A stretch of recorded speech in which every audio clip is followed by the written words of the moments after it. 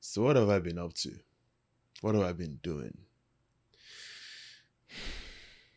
Long story short, I have been facing life. I know that sounds very generic.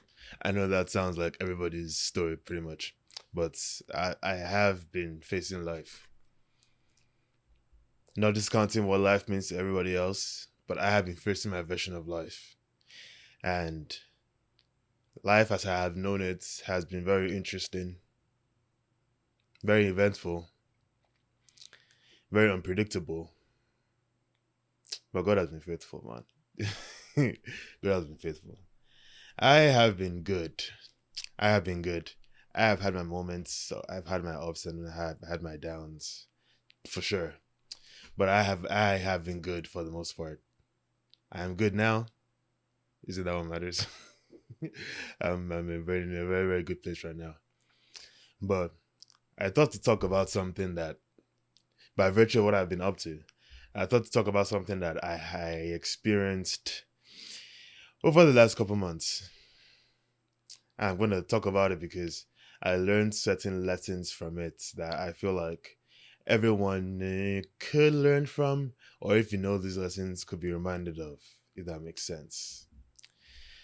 Uh, where do I start from?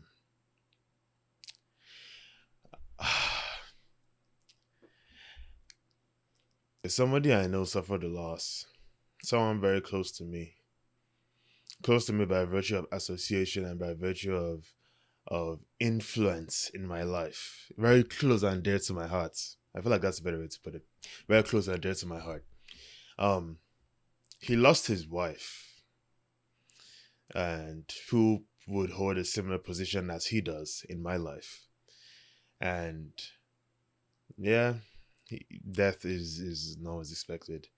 But he lost his wife, and this was the second wife that he lost.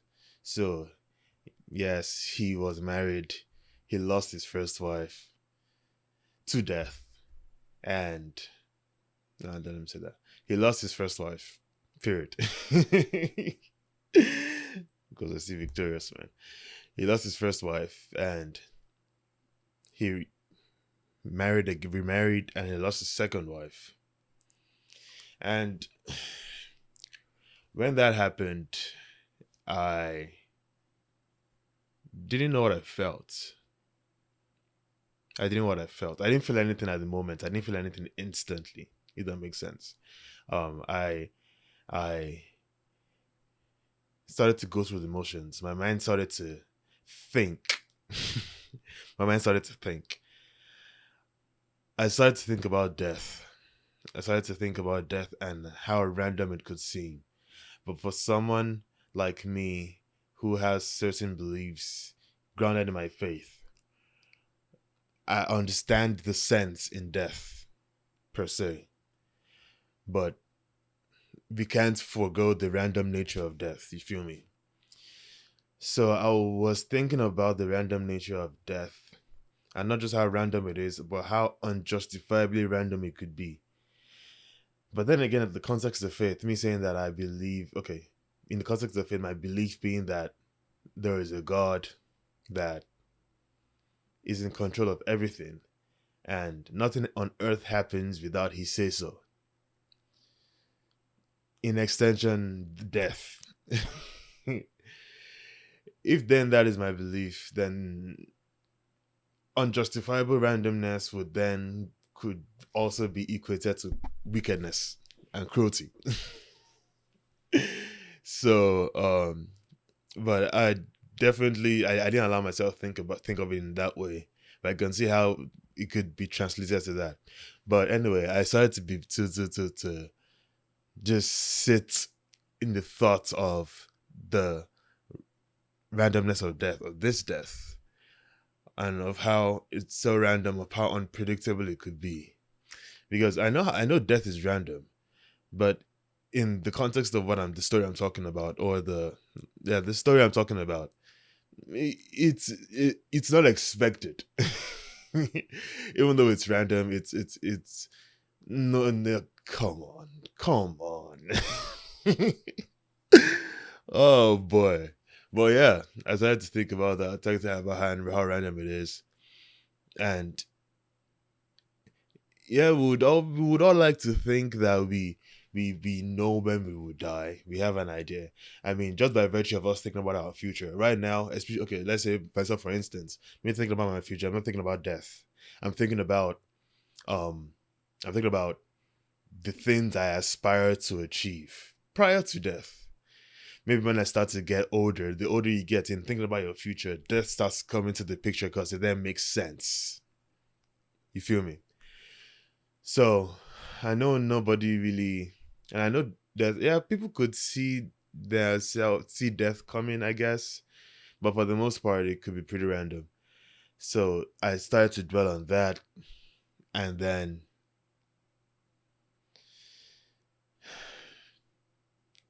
my own death came into the picture. This is totally funny because these are things you just hear. But when you experience them, you understand the slippery slope one could go into. Especially because these weren't thoughts I had over the course of a day. These are thoughts I had over the course of months. Being that I would go down this rabbit hole and I would catch myself and I would try to fill my mind with more productive things, filled with life. You get what I'm saying? And it's funny because in me having all these thoughts, I wasn't even thinking of these thoughts in a daunting manner. I wasn't thinking of these thoughts. I was just thinking about it logically. I was trying to make sense of life, if that makes sense. I was trying to make sense of life in pertaining to this death. And yeah, I went down the rabbit hole over the course of a couple months. I started to see how, like I said, it wasn't like a daunting experience. Yeah, it was, I guess, but it wasn't, you feel me, it was me just operating solely on a logical plane that was having its effect on me. You feel me? So I would start to have these thoughts and I would catch myself over the course of a couple months and it would just come back into my head again. And I remember the exact moments where my death came into the picture of my mind and I was like, shit. I literally had the thought and I was like, oh, here we go. Here we are. Yeah, man.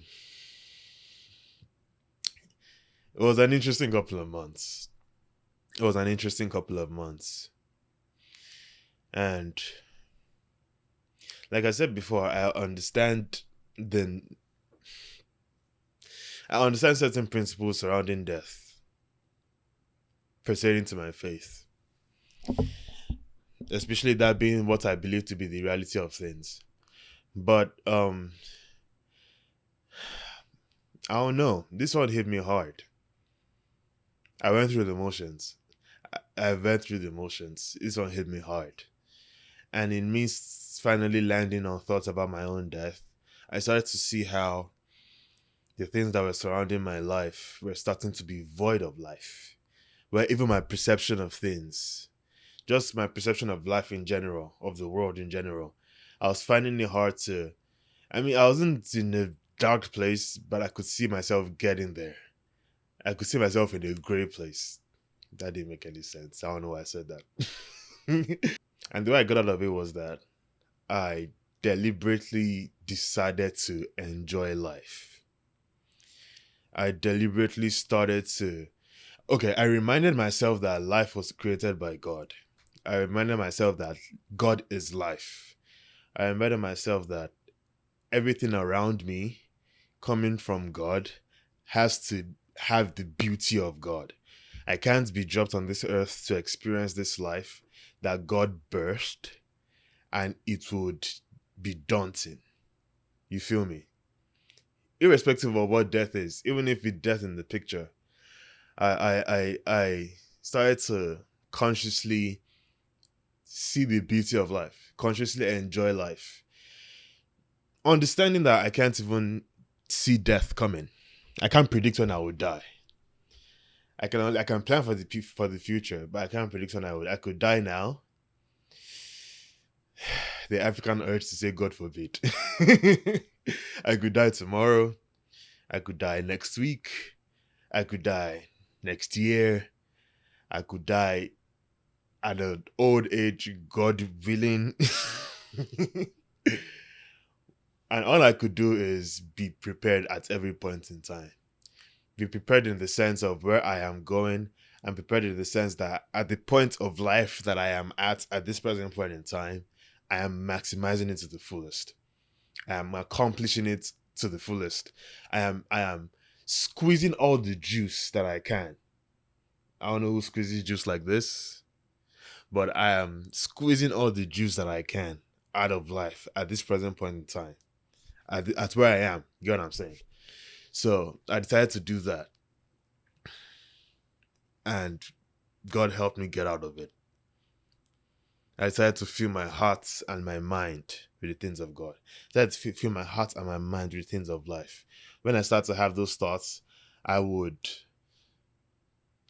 pray against them, but I would replace those thoughts with the things of life.